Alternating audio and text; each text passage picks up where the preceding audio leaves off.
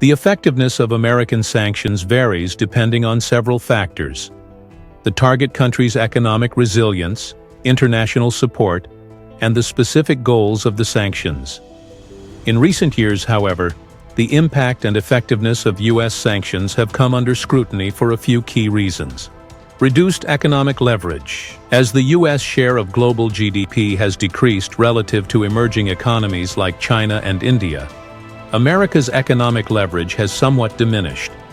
Targeted countries can often turn to other major economies for trade or financial support, reducing the immediate bite of sanctions.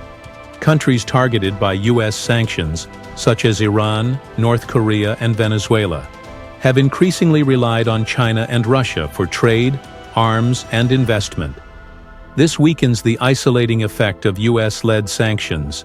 Financial and technological alternatives. To bypass U.S. sanctions, some countries are working to create payment systems outside of the U.S.-led SWIFT network. China, Russia, and others have developed alternative payment networks and digital currencies, providing some freedom from reliance on the U.S. dollar. Cryptocurrencies offer a way for sanctioned entities to move money without relying on traditional financial systems. Although the U.S. has increased regulation and surveillance on crypto transactions, enforcement remains challenging. Sanction fatigue and coordination issues. Sanctions are most effective when many countries participate. While U.S. allies generally support sanctions against certain states, example, Russia after the Ukraine invasion, achieving broad, multilateral support is challenging with countries like China, which may prioritize economic interests over alignment with U.S. policy.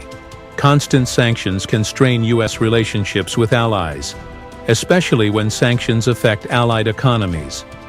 For example, European businesses have at times resisted sanctions on Iran due to economic interests and energy security concerns. Impact on civilians and long-term consequences. U.S. sanctions can exacerbate hardships in target countries, sometimes leading to unintended humanitarian crises and fueling anti-American sentiment. This can have a destabilizing effect, sometimes weakening the influence of U.S.-friendly elements within those nations. Sanctions are often intended to compel behavior change in target governments. However, authoritarian regimes, such as in North Korea, Venezuela, and Russia, often remain resilient and may not yield, even in the face of economic pressure. Mixed outcomes in specific cases. Sanctions severely impacted Iran's economy and constrained its nuclear program temporarily under the 2015 Joint Comprehensive Plan of Action, JCPOA. However, after the U.S. withdrawal from the deal in 2018, Iran restarted nuclear activities, showing the limits of sanctions without consistent diplomatic support. Sanctions following Russia's 2014 annexation of Crimea and its 2022 invasion of Ukraine have damaged the Russian economy but have not reversed its actions in Ukraine. Instead, Russia has diversified its economic partnerships, particularly with China, and taken countermeasures to reduce dependence on Western imports. Are sanctions still useful? Sanctions still serve as a powerful tool for the U.S. to exert economic pressure, demonstrate disapproval, and limit resources for targeted activities. Example, nuclear weapons development, terrorism.